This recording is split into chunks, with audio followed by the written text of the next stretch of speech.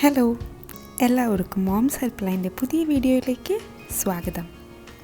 നിങ്ങൾ ആദ്യമായിട്ടാണ് ഈ ചാനൽ കാണുന്നതെങ്കിൽ ലൈക്ക് ചെയ്യുക, സബ്സ്ക്രൈബ് ചെയ്യുക. കൂടാതെ അടുത്തുള്ള ബെൽ ഐക്കൺ കൂടി പ്രസ് ചെയ്താൽ ഞങ്ങൾ അപ്ലോഡ് ചെയ്യുന്ന എല്ലാ വീഡിയോസും ഉടനടി നിങ്ങൾക്ക് നോട്ടിഫിക്കേഷൻസ് ആയിട്ട് കിട്ടുന്നതായിരിക്കും.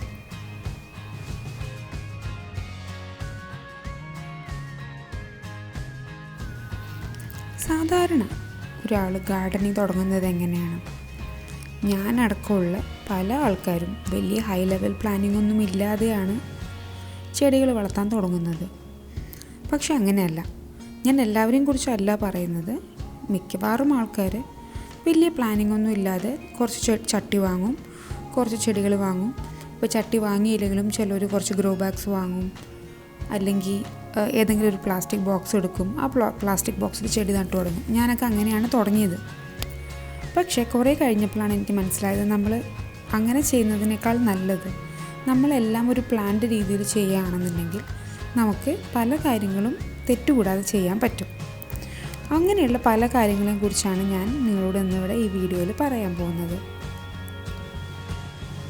ഇതിലാദ്യത്തെയും വളരെയധികം ഇമ്പോർട്ടൻ്റുമായിട്ടുള്ള കാര്യമാണ് നമ്മുടെ ടെറസ് വാട്ടർ പ്രൂഫ് ചെയ്യുക എന്നത്.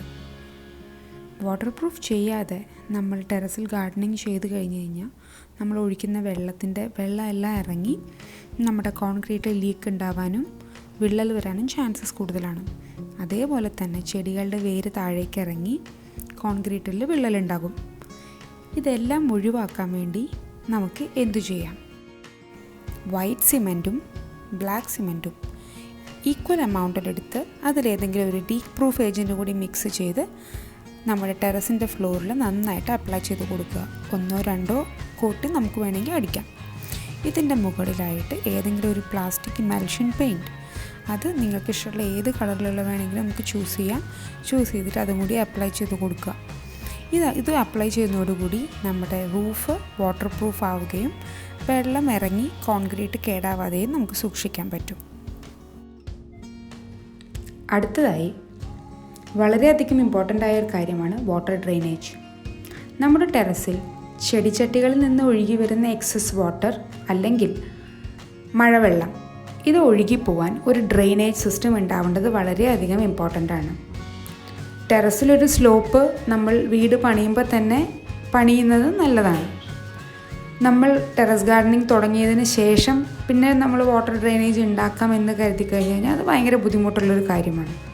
സോ ടെറസ് ഗാർഡനിങ് പ്ലാൻ ചെയ്യുന്നതിന് മുന്നേ തന്നെ വെള്ളം ഒഴുകി പോകാനുള്ള സംവിധാനം നമ്മൾ ഉണ്ടാക്കി വെക്കണം. ഡ്രെയിനേജ് സിസ്റ്റം ഉണ്ടായാൽ മാത്രം പോരാ, ഓരോ 2 മാസം കൂടുമ്പോഴോ അല്ലെങ്കിൽ ഓരോ മാസത്തിലൊരിക്കലോ നമ്മൾ ഡ്രെയിനേജിൻ്റെ വെള്ളം പോകുന്ന ഹോളിൻ്റെ അവിടെ ഒരുപാട് ചവറുകളും മണ്ണും ഒക്കെ അടിഞ്ഞിറക്കുണ്ടാവും. അതെല്ലാം വൃത്തിയാക്കി വെക്കണം. ഇത് കൂടാതെ തന്നെ ഈ ഡ്രെയിനേജ് സിസ്റ്റത്തിൽ നിന്ന് വരുന്ന വെള്ളം റീയൂസ് ചെയ്യാനുള്ള ഒരു ഓപ്ഷൻ കൂടി ഉണ്ടെങ്കിൽ അത് വളരെയധികം നല്ലൊരു കാര്യമാണ്.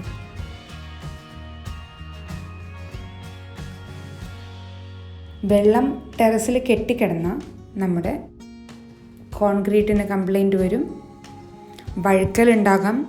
അപ്പോൾ ഇതെല്ലാം ഒഴിവാക്കാൻ തന്നെ നമ്മൾ ടെറസ് ഗാർഡനിങ് തുടങ്ങുന്നതിന് മുന്നേ നല്ലൊരു ഡ്രെയിനേജ് സിസ്റ്റം ഉണ്ടെന്ന് ഉറപ്പാക്കണം.